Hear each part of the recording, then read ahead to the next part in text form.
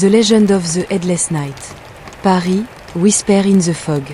Europe in the late Middle Ages was a land divided between faith and fear. Cathedrals pierced the skies like stone fingers reaching for God, while just beyond the safety of their bells, forests brooded with shadows older than Christianity itself. For peasants, every rustle in the night carried a spirit, every gust of wind a curse. And amid all those whispered terrors, none chilled the bones more than the tale of the Headless Knight. The story was never told in the bright light of day. It was whispered beside hearths when the fire burned low, or muttered in taverns where travelers traded tales for bread and ale. Beware the rider without a head, the old ones warned, for he is no man, but a restless soul cursed to roam the earth until the debt of his death is paid. But where did this phantom knight come from? Some said he had once been a crusader, betrayed by his own men and beheaded on foreign soil, his spirit never able to return home. Others swore he had been a mercenary, a butcher of innocence, cursed to ride forever without rest. And a few whispered he was no man at all, merely the devil in knight's armor, searching for the souls of the damned. The truth, as it often does, hid somewhere between myth and memory. A forgotten battlefield. It was the autumn of 1346, during the endless wars that tore kingdoms apart. The land smelled of damp leaves and blood, for Europe was never free from conflict in those days. On a forgotten battlefield, where the banners of two rival lords had clashed, the story of the Headless Knight began. The knight was known in life as Sir Aldrich of Weimar, a man whose reputation marched before him like a shadow. Aldrich had been born the son of a minor noble, but his ambition burned hotter than his birthright. He served not God, nor any particular king, but coin. To those who could afford him, Aldrich was a loyal sword. To those who could not, he was a storm of steel and fire. They said his armor was black as midnight, etched with silver runes whose meaning no priest could read. His lance never missed, his blade never dulled, and his heart never softened. When Aldrich rode into battle, mercy stayed behind.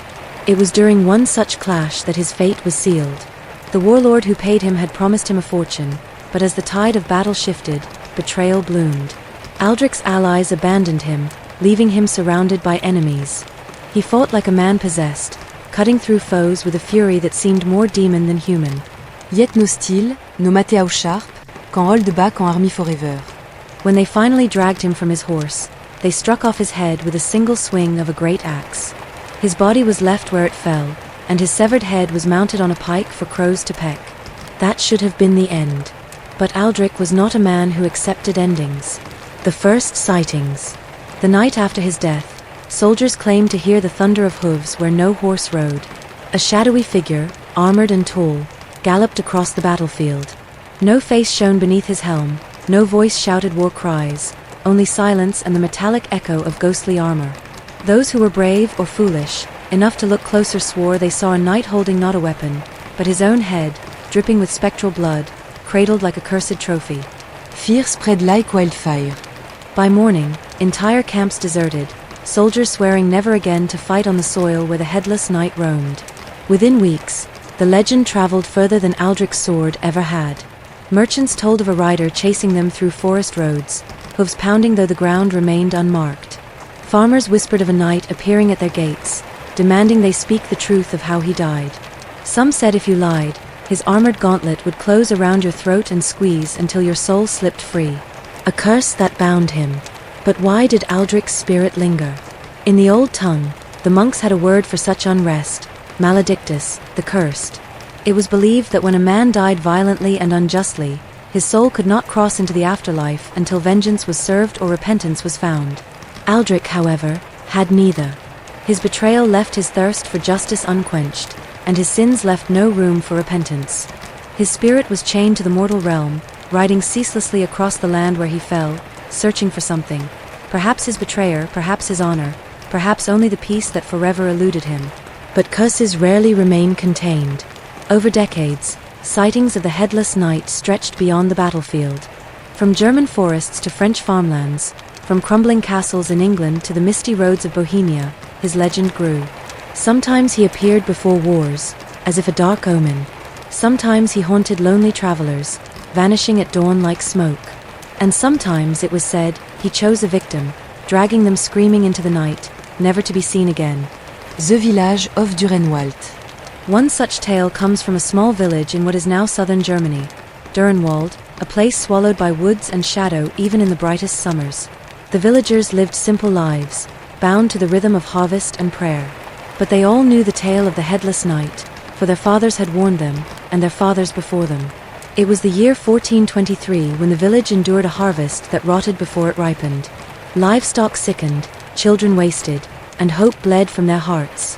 Then, on a night when fog lay heavy and the moon was veiled, the thunder of hooves echoed through the valley. A young shepherd named Lucas was the first to see him. He swore that a towering knight in black armor rode out of the mist, his head missing, his empty helm staring like a hollow abyss. In his gauntlet, he clutched a rusted axe, perhaps the very blade that once severed his life. The knight rode past Lucas without a word, yet the boy felt cold seep into his bones, as though life itself recoiled from the rider. The next morning, Lucas was found dead in the pasture, eyes wide, mouth open in a silent scream. From that night on, no one in Durnwald dared leave their homes after sundown. Doors were bolted, windows nailed shut, prayers whispered louder than ever before. But the hooves still thundered in the fog, circling the village like a predator that never slept. The Old Womaness Warning. Among the villagers was an old woman named Gertrude, who claimed to know the ways of curses. She told them the Headless Night was no ordinary ghost, but a restless revenant drawn by betrayal. Someone here, she said, her voice cracking like dry wood, carries the blood of treachery in their line. The night hunts not the innocent, but the guilty, though guilt runs deeper than we admit. If he rides through Durnwald, it is because his betrayer's seed still walks among us. The villagers recoiled, for no one wished to believe their kin might be cursed. Yet fear gnawed at them. Whispers turned to suspicion, suspicion to accusations. Old feuds rekindled, neighbors spat venom, and families locked themselves in as though hiding secrets. And all the while, the Headless Night rode on, tireless, relentless. Part 2. The Blood of Betrayal. The fog did not lift for 3 weeks. It clung to the valley like a burial shroud, muting every color, swallowing every sound. Even the bells of the church tower seemed muffled, as if the very air feared to carry them. And through that grey silence, the hooves continued. Every night. Always at the same hour, as though some unseen clock summoned the rider forth. At first, the villagers huddled in their homes, crossing themselves, whispering prayers. But human hearts cannot endure endless fear without cracking. Fear turned to anger. Anger turned to blame. Soon, the village of Durnwald was no longer united in terror, but divided by suspicion. A famille under fire. The old woman Gertrude's warning took root like poison ivy. Someone here carries the blood of treachery in their line. Eyes turned toward the Keller family. They were not the wealthiest, nor the most beloved, but their lineage stretched back to mercenaries who had once roamed the land. Whispers spread. What if their ancestor had betrayed the knight Aldrich? What if his blood cursed them still? At first it was subtle, neighbors refusing to share bread, children mocked in the lanes. But soon, stones rattled against their shutters at night. One morning, a crude sign appeared on their door, a headless stick figure drawn in ash. The father, Matthias Keller, swore his line was innocent. My grandfather fought no wars, and his before him were farmers, nothing more, he cried in the tavern. But no words could silence the sound of hooves that shook the village every night. Then tragedy struck. The Keller's eldest daughter, a girl of 16 named Elise, vanished while fetching water from the well at dusk. Only her wooden bucket was found, lying on its side in the mud. Some claimed they saw a shadow on horseback in the mist that night. Others swore they heard her scream carried on the wind. But when dawn came, Elise was gone, as though the fog had swallowed her whole. The Priestess Confession. The villagers demanded guidance from Father Anselm, the priest of Durnwald. He was a gaunt man, his face lined with more years than his age should have allowed, his eyes carrying secrets he dared not speak. At last, under the weight of desperation, he confessed. This curse, he said in a voice barely above a whisper, is older than any of you. Sir Aldrich of Weimar died unjustly, beheaded on the battlefield. But it was not foreign steel that betrayed him, it was one of his own men, a mercenary sworn to fight by his side. The villagers leaned forward, breaths held. That man fled the battle, leaving Aldrich to face the enemy alone. He returned to these valleys, built a life, raised children. His name is remembered in this village still. A gasp rippled through the crowd. For though Anselm never spoke it aloud, everyone knew whom he meant. The Keller Line. The pact. Fear turned to fury. The villagers, desperate to save themselves, demanded that the Kellers be cast out, or worse. But old Gertrude raised her voice once more. Exile will not end this. The knight does not seek punishment from us. He seeks justice from them. Blood called him, and only blood may silence him. Matthias Keller wept as he clutched his youngest child, a boy no older than 8. Please, he begged, we have done no wrong. My children are innocent. Do not condemn them for the sins of men long dead. But fear is deaf to reason. A mob gathered, torches in hand, ropes ready. They dragged Matthias and his family to the village square, intending to sacrifice them to the night, to offer their lives in exchange for peace. And then the Hoofkam. The rider appears. Out of the fog he rode, black armor gleaming wet with mist, empty helm tilted like a skull, axe resting across his saddle. The villager froze, torche gutrine in the damper. No mortal horse could have moved the way his did, hooves striking without sound, body gliding more than galloping, as if the beast itself were made of shadow. The headless knight halted before the crowd. For a long moment, silence reigned. Then slowly, he raised one gauntlet hand and pointed, not at the Kellers, not at the mob, but at Father Anselm. The priest staggered backward, eyes wide with horror. No, no, it cannot be me, he gasped. But in that instant, all became clear. Anselm was no innocent shepherd of soul. Long ago, before he wore the robes of the church, he had been a soldier. His true name had been hidden, but blood remembers what memory denies. He was a descendant not of saints, but of the mercenary who had abandoned Aldrich to his death. The Headless Knight's curse had not been aimed at the Kellers after all. The villagers' rage had been misled, their hatred wasted. The taking. The knight dismounted, his armor clanking softly like a funeral bell. Though no head crowned his shoulders, all felt his gaze upon them. He reached for Anselm with iron fingers, and the priest screamed as the gauntlet closed around his throat. Some swore they saw spectral flames flare within the hollow helm. Others swore they heard Aldrich's severed head whisper from the crook of his arm, "Justice." Then, in a single motion, the Headless Knight lifted Anselm high and carried him into the fog. His screams echoed long after they had vanished, until they were swallowed by silence. Dawn broke with no sign of either man. Aftermath. For the first time in weeks, the fog lifted. Sunlight sped into Durenwald, warming fields long starved of light. Livestock stirred with new life, and the rot that had plagued the crops seemed to wither. The villagers rejoiced, believing the curse lifted at last. Yet their joy was tempered by shame, for they had nearly sacrificed the innocent while the guilty had stood among them all along. The Kellers were restored to their homes, though the wounds of suspicion lingered. As for the Headless Knight, no one in Durenwald ever saw him again. But in other villages, in distant valleys, whispers of his ride continued. For though one debt had been paid, many others remained. Sir Aldrich's vengeance was not limited to Durenwald, it stretched across all who bore betrayal in their blood. And so, travellers were still warned when night fell and fog gathered on lonely roads. Beware the ride without a head. For he rides not for the living, but for the guilty. The tale endure. Centuries later, the story of the Headless Knight still echoes in European folklore. Some call him a demon. Some call him a cursed soul. But whether real or myth, his legend endures because it speaks to something deeper than fear of ghosts. It speaks to guilt, to betrayal, to the truth that the sins of the past are never buried as deeply as we hope. And perhaps, somewhere on a fog-soaked road, the thunder of hooves still sounds, seeking out the bloodlines of those who once betrayed a knight who refused to rest. Part 3. The Rider Across Europe. Legends do not die, they migrate. Like seeds carried by the wind, they drift from valley to valley, whispered by frightened lips until they root in new soil.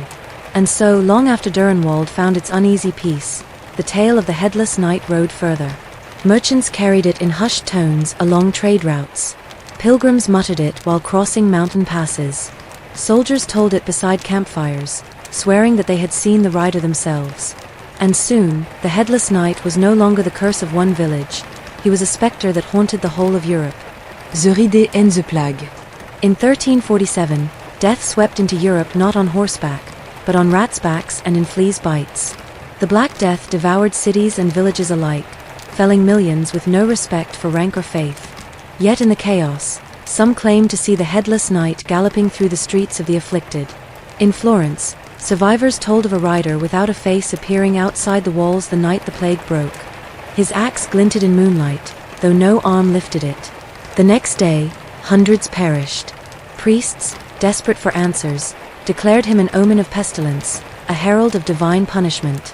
In Prague, a monk recorded in his chronicle, "On the eve of the pestilence, I saw a knight cloaked in shadow ride across the Charles Bridge. He bore no head, yet I heard him whisper a name. By dawn, that man was dead." Some swore the knight himself spread the plague, carrying death in his wake. Others believed he came only where betrayal festered, where greed and selfishness worsened the sickness. Whatever the truth, his legend became forever tied to the era's greatest terror. The Crusade Estale. Yet the plague was not his only hunting ground. Tales followed soldiers as they marched east on the last of the Crusades. A knight named Guillaume of Anjou wrote of a vision he saw in the deserts beyond Jerusalem. His company was lost, parched under the burning sun, when a horseman appeared on the horizon. Guillaume at first thought salvation had come, until the rider drew close. There was no face beneath his helm, Guillaume scrawled in his journal. Only darkness. And he bore in his hands not a sword but a head, its eyes shut, its lips whispering prayers I could not hear. One by one, my companions fell dead that night, though no wound marked them. Yalon survived, cursed tout remembé. Whether truth or madness, Guillaume's tale spread on his return, fueling belief that the headless knight was not bound to one land but wandered across continents, a restless revenant of betrayal. The nobleman's curse. By the late 15th century, the legend took a new shape. In Burgundy, a nobleman named Henri de Montfort was said to have schemed against his brother for inheritance. On the night of the deed, when his brother was found drowned in the moat, the thunder of hooves echoed through the castle halls. Servants fled in terror, but Henri, drunk on his own victory, mocked the fear. "Let this phantom come," he sneered. "Y'ave no fear of shadow." But that same night, guards swore they saw a rider of black steel enter the courtyard, moving through gates without raising them, through doors without opening them. Henriette's scream shattered the silence. By dawn he was gone, his chamber empty, the window unbroken, the bed soaked with frost. The Montfort line withered soon after. Peasants said the knight had claimed Henry's bloodline for the betrayal it carried. Others whispered that Henri himself now rode with the headless knight, another lost soul bound to his cursed company. Folklore or warning. By the Renaissance, poets and storytellers embroidered the tale into verse and song. Painters even hid the image of a faceless knight in frescoes and manuscripts, sometimes riding in the margins beside devils and skeletons. To some, he was a story to frighten children. Behave, or the headless knight will take you in the fog. To others, he was a moral lesson. Betrayal begets ruin, and treachery never rests. But for travelers, merchants, and soldiers, the headless knight was no bedtime tale. They carried charms of iron and silver, whispering prayers whenever mist gathered on lonely roads. A rider in the fog could be any man, but what if it was him? A Queen's Encounté. Perhaps the most chilling account came from the court of Queen Margaret of Scotland in the early 1500s. Records tell of a banquet where the Queen entertained envoys from France. As the revelry reached its height, the whole doors swung open with no hand to move them. A cold draught swept the torches low, and the sound of hooves echoed on the stone floor though no horse was present. Witness swore a knight in black armor strode into the hall, headless, silent.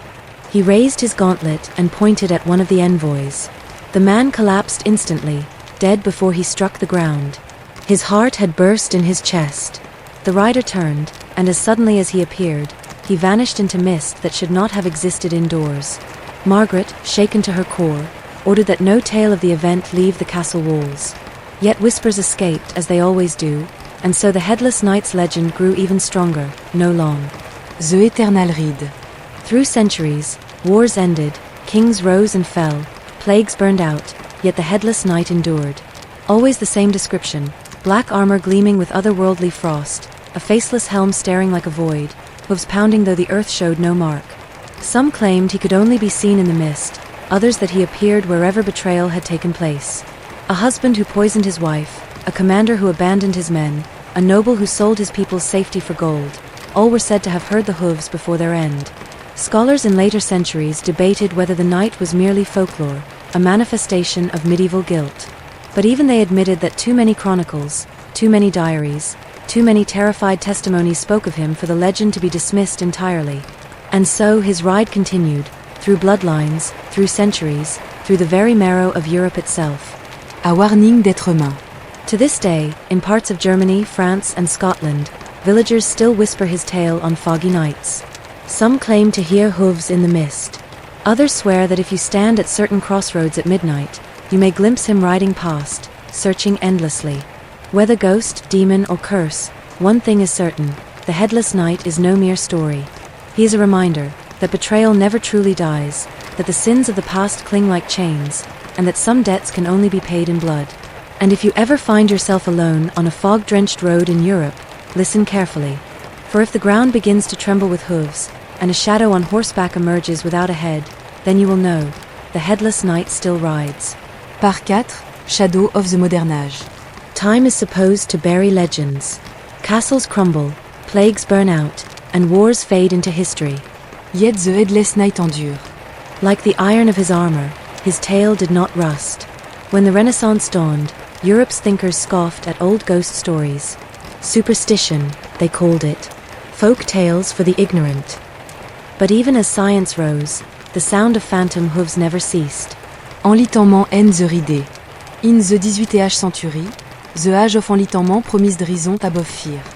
Yet diaries from the period betray cracks in the facade of rationality.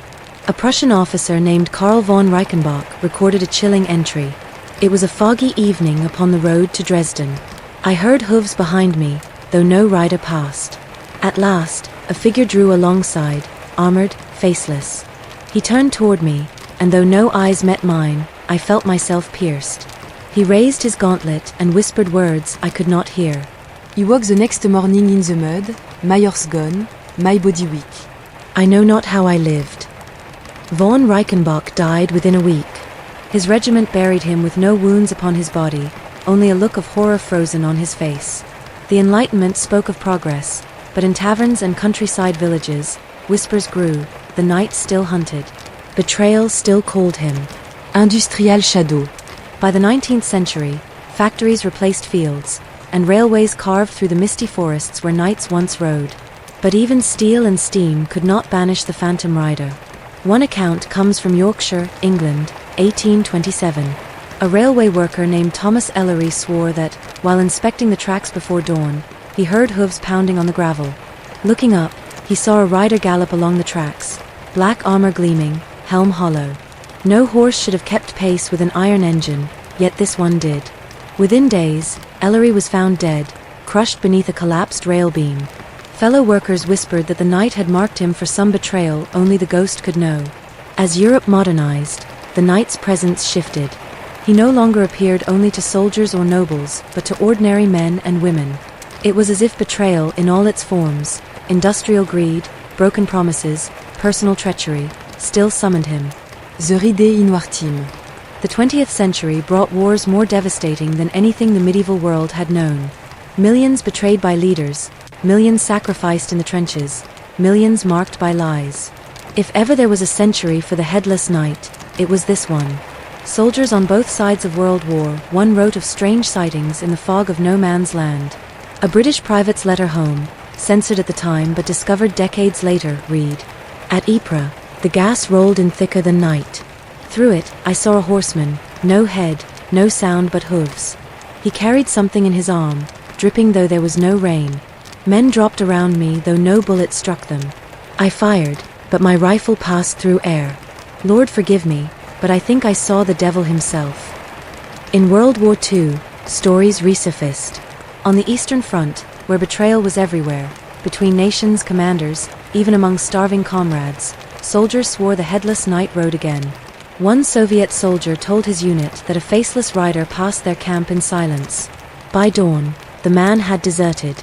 Days later, his body was found hanging in the forest, throat marked by an iron grip though no rope was near.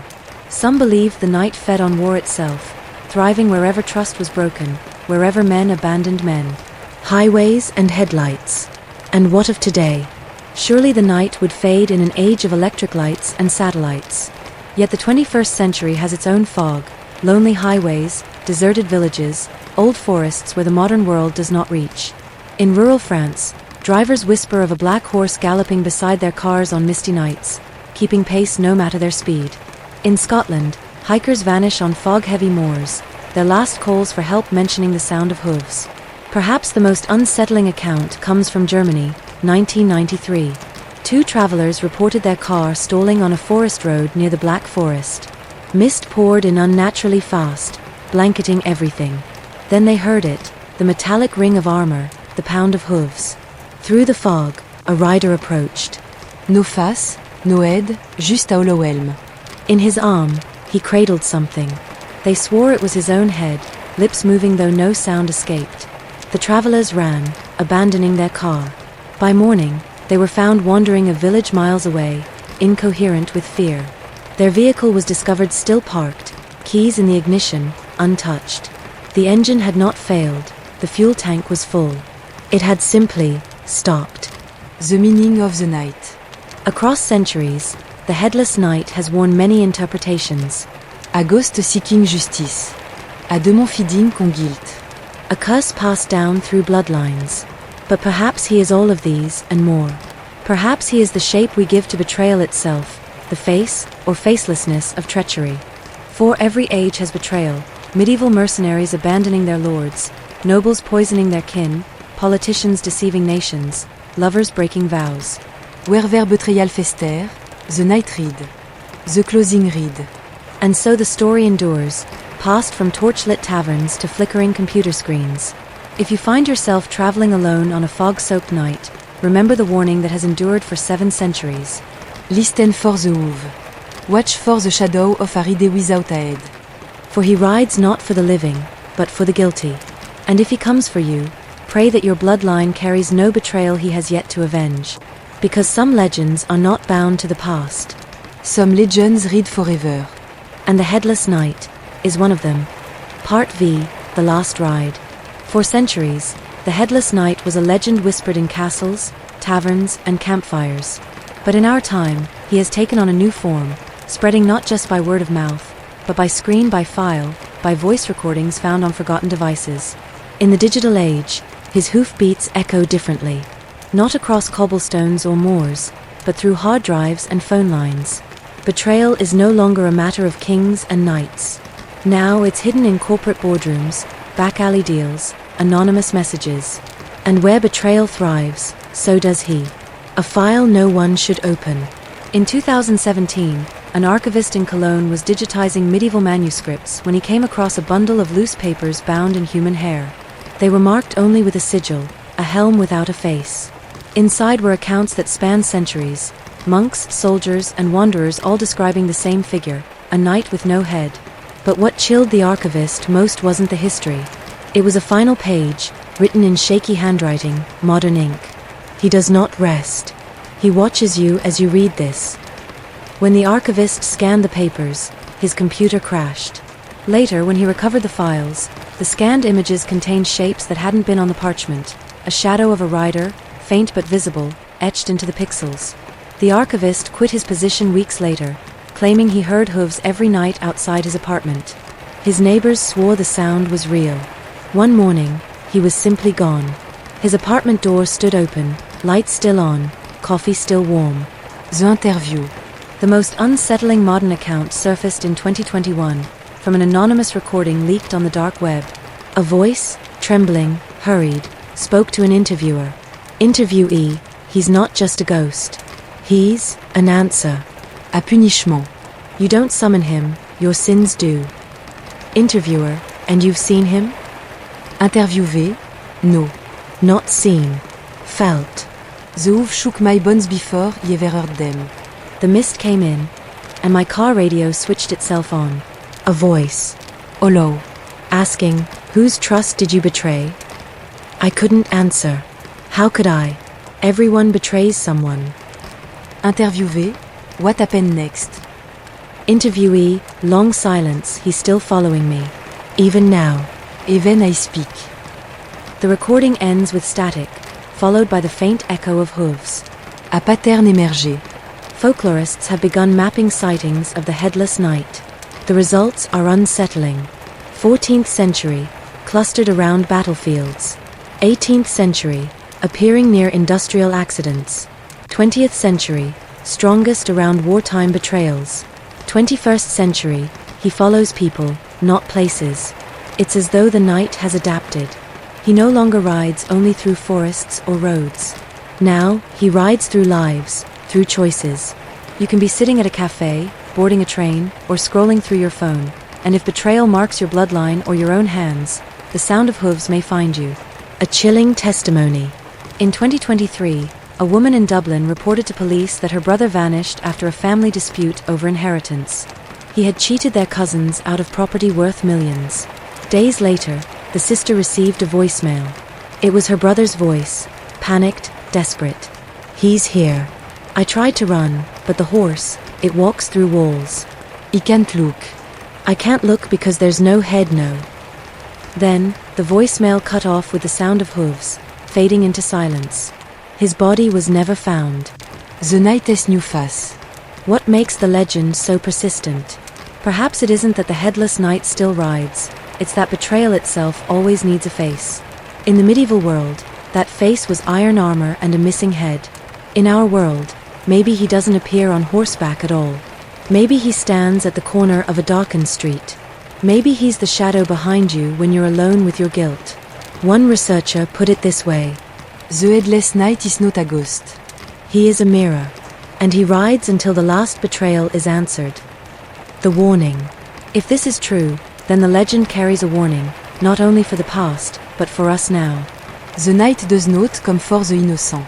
He does not hunt at random. He comes when trust is broken beyond repair. He comes when betrayal poisons bloodlines. And when he arrives, there is no hiding. Some say you may hear him first in your dreams, the iron clatter of hooves pounding toward you. Others claim you'll smell smoke and fog before he appears. A few insist that when your reflection blurs in the mirror, that's when the night has already chosen you.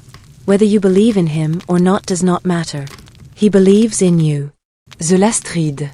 So if one night you are alone, and you hear the sound of hooves echoing through the mist. Roman B10. The night has no head. He cannot see you, but he does not need to. He already knows what you've done. And when his gauntlet reaches for you, no prayer, no light, no wall of reason will stand between you and his judgment. Because betrayal never dies. And neither does he.